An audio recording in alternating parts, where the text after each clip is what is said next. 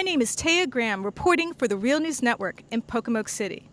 We're here covering the continuing controversy over the firing of popular police chief Kelvin Sewell. Here at Salem Methodist Church, residents have gathered to show their support for the city council and for their mayor, Bruce Morrison. Residents arrived at the Salem Methodist Church Thursday evening to sign a letter of support for Mayor Bruce Morrison.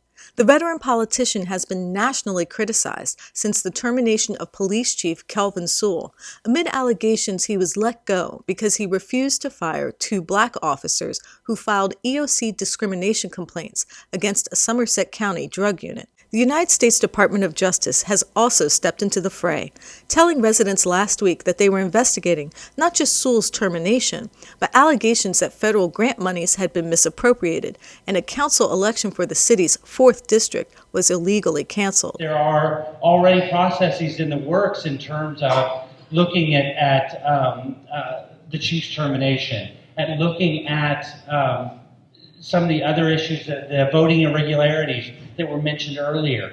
But Robert Calgert Jr., who organized the event, says the allegations are just that. The residents of this town believes, and we elected all of those councilmen to be, to represent us, and we want to make sure that they understand that, we're behind them, and, we want you to run the town like it's supposed to be run the policies, run the procedures, and then, when the investigations are done, then that's how things will turn out. Which is why he was asking residents to sign this document, a symbol of support for the mayor and a call for patience as the investigations unfold. Unfortunately, I think a lot of the people feel, and don't take this the wrong way, but I think they feel like the news media is trying to turn it into another Ferguson or Baltimore. And that's absolutely what we do not want down here. But as residents arrived, so did Mayor Morrison himself.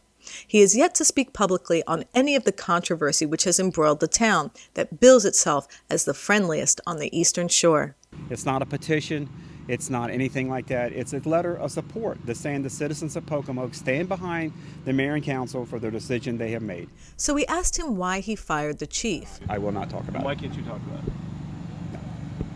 I will not talk about it. Okay. It's a personnel issue that I'm not. It's anybody knows the laws of state of Maryland and probably most every state that this is a personnel issue, and this is all it is, a personnel issue, and that's all I will say about it. But also about his decision to ban the media from a heated city council meeting 2 weeks ago. Can you explain that decision for not letting the media? Not on the air. Not on the air. He declined to answer either question, but he did say the events of the past weeks have affected him deeply. It really hurt me. I mean, you can probably talk to my wife. She knows what I've been going through. It's been very, very hard for our family. And like I said, it's, to be accused of something I'm not. And I've always been a friendly person. I speak to everyone. I've been a good mayor. I feel I've done a lot for this town in the last 4 years. I've been a councilman for 6 years, mayor for 4 years.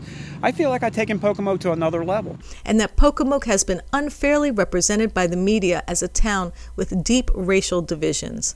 I don't think there is. If you just saw the person come through here a while ago, was a reverend from one of our local churches here, and he stood here and hugged me and thanked me and says, I'm here to help whatever I can do. So, I'm not one-sided. I am not. I am for all the people of Pocomoke City is what my job is to do, and I will continue to do that job, work for all the people. Meanwhile, today, the ACLU sent a letter to contest the banning of myself and Real News investigative reporter Stephen Janis from that heated council meeting last week. The letter characterized the mayor's decision as a violation of the state's Open Meeting Act and the First Amendment. We called the mayor for comment, but have yet to hear back. For full disclosure, Stephen Janis wrote a book about policing with Kelvin Sewell. This is Taya Graham with Stephen Janis, reporting for the Real News Network in Pocomoke City, Maryland.